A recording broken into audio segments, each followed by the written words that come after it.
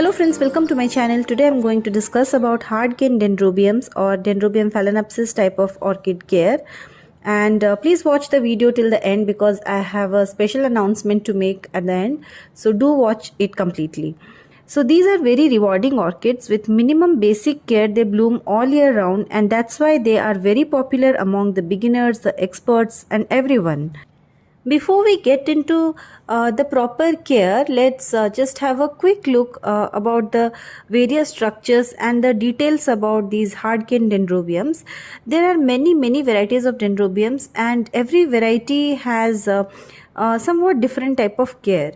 Today we will be discussing only about these hybrid dendrobiums or the hard cane dendrobiums here. The flowers of these these resemble as phalaenopsis or moth orchids.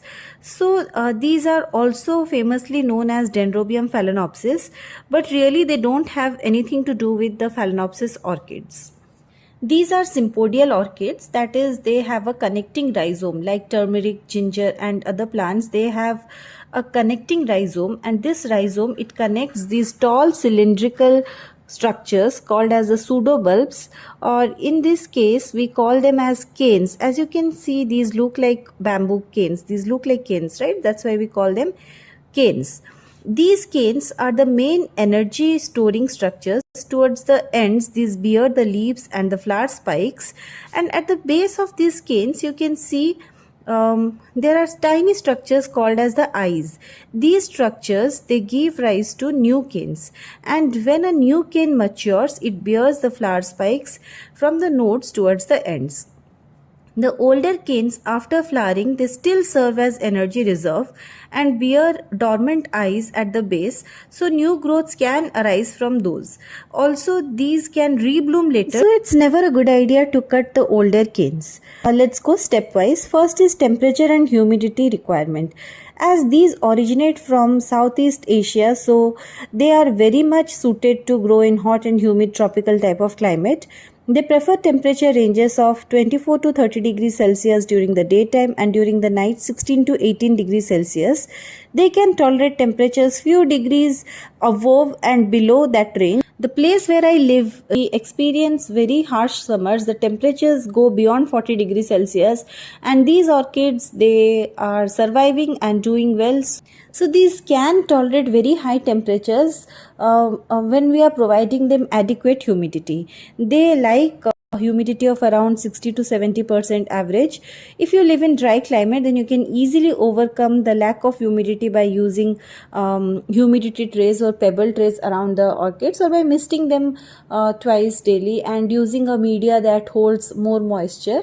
So basically these are very forgiving and very hardy type of orchids, and they can do well in a very wide variety of climate.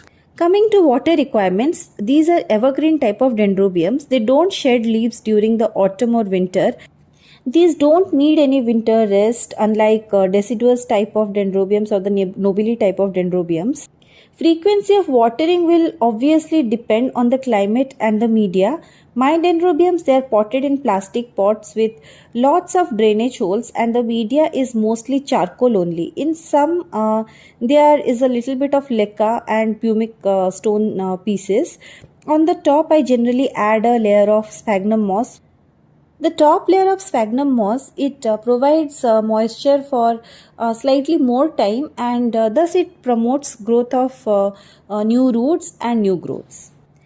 As my media is very well draining, so I water my dendrobiums thoroughly at least once daily. During the summers when the temperatures are very high, then sometimes I even water them twice daily. Rest of the year, sometimes once daily or once every 2 to 3 days, depending how fast my media dries. Means I don't let my media go completely bone dry. When the media is approaching dryness, I water my dendrobiums. They are actually sensitive to water logging. They don't like water logged in media. The roots, they rot very easily. Also the new growth tips, they are quite sensitive to water logging.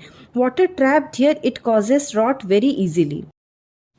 It's always advisable to water early in the morning so that the leaves, they get to dry before night. One more thing that we should keep in our mind is the pot size. Dendrobiums, they generally like smaller pots. They do not like frequent repotting. Even if they outgrow their pots, there is no need to repot them immediately. These can be repotted once every 2 to 3 years depending on the media. If the media is completely inorganic like charcoal only or lava rocks or leca or brick pieces, then you may defer repotting by another year or so. But if the media contains sphagnum moss, bark chips, or cocoa husk, anything that degrades basically, then you may have to report them whenever the media starts decomposing or whenever the media starts going bad. Coming to light requirement, these are very high light requiring plants, somewhat like vandas and cattleyas. Many growers, they grow their dendrobiums completely outdoors, tied to trees, and they do really well there. I grow them on my terrace under a 50% shade net. I have moved them to my balcony due to the continuous rains, else all year round they stay on my roof. I have a few dendrobiums in my balcony as well, in my north facing balcony as well, which receives morning sunlight for about 2 hours from the eastern side.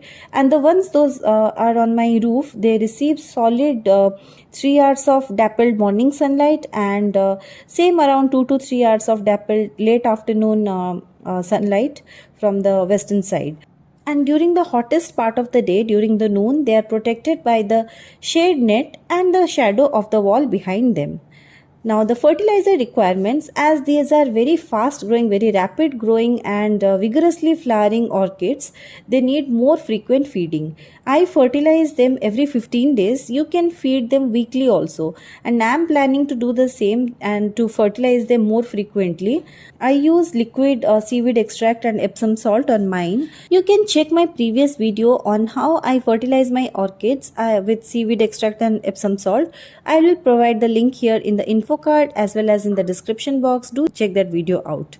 You can use any balanced fertilizer of your choice. Most of the growers, they love using NPK 20-20-20 weekly for 3 to 4 weeks, followed by an application of NPK with a higher phosphorus percentage, that is a higher middle number, in the 4th week. It's not like that the higher phosphorus content it induces blooming. Rather, it's the decrease in the nitrogen content that induces blooming. So many growers, what they do, they fertilize and water their Dendrobium phalaenopsis orchids religiously during the growing period. And when the new growths, they are approaching maturity, at that time they reduce the watering frequency and hold back the fertilizing. So that way they get multiple spikes on a single cane. As I said earlier, these bloom several times a year. The blooms, they last for 4 to 6 weeks, and some of them, they have fragrant blooms also. And these can bloom from the older canes, so one should not cut the old canes. Once they are done blooming, just cut the flower spray, that's it. So that's all, friends. That's how I care for my Dendrobium phalaenopsis orchids. Sorry for such a long video, but there is just so much about Dendrobium phalaenopsis only, and there are still so many other varieties of Dendrobiums, the nobile type, the antelope type, the formosum type, and slowly we will cover one by one in the future videos. And do subscribe to my channel and press on the bell icon to get notifications each time I upload a video. And this weekend I will upload a video announcing a giveaway for my subscribers. This month is really special to me. It's my daughter's birthday month, and I reached 2000 subscriber milestone this month, which is a big deal for me. I never thought so many people will like my orchid videos, and this has been an incredible journey for me. So thanks for supporting, thanks for all the love, and I just wanted to thank you back. That's why I'm doing this giveaway. So wait for the video that I will upload this weekend. Till then, bye. Thanks for watching. Bye bye. Take care.